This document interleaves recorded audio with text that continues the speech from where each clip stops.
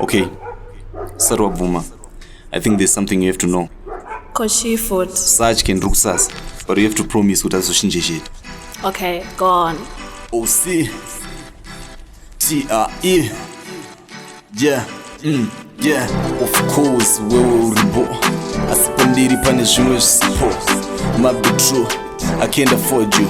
Chango sasa fisha uchuza zviri kuna mari zvakastika kunonamo yakalika kuswerera masnacks tutotenda natabika trauma dues ari weak nemari irisika kutry kuisa happy but yepa iskuisika kabatani life ndokushana ndakadzvanywa teateya mariva but 10 time unokanywa I know you want something fancy but my payslip ndendaratidza ubenzi like for real yep ndaramba bodo pamunokasva ikuku kunotechirova godo kuno zvakakaka wangu upenyu itodo mapati notambira paden kunge nodopinda wadrop chekuone bero rizere handitenge guchunge kacheche arigare Sunday morning topindira Harare tonozhetambatyana namomse pambare kutaura ndoda chokwadi chindotya no sure if I can't tell you I'm afraid it might blow you I know it's a good move but not if I lose you banja itamba anyway kusasa fail the way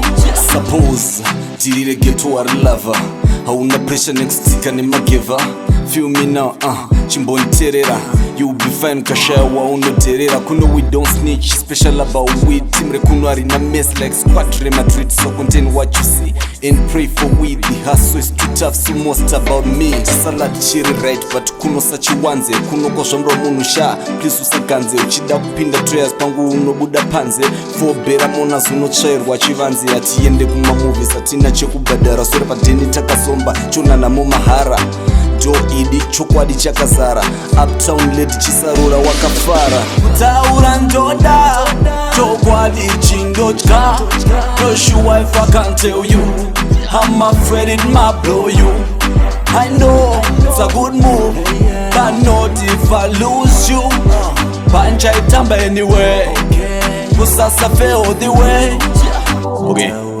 I think that's all and ushiripwe Saka shitty boy. I'm afraid it might blow you. Of course, you will ribo. Asipandiri pane zvimwe zvisipo. Might be true, I can't afford you.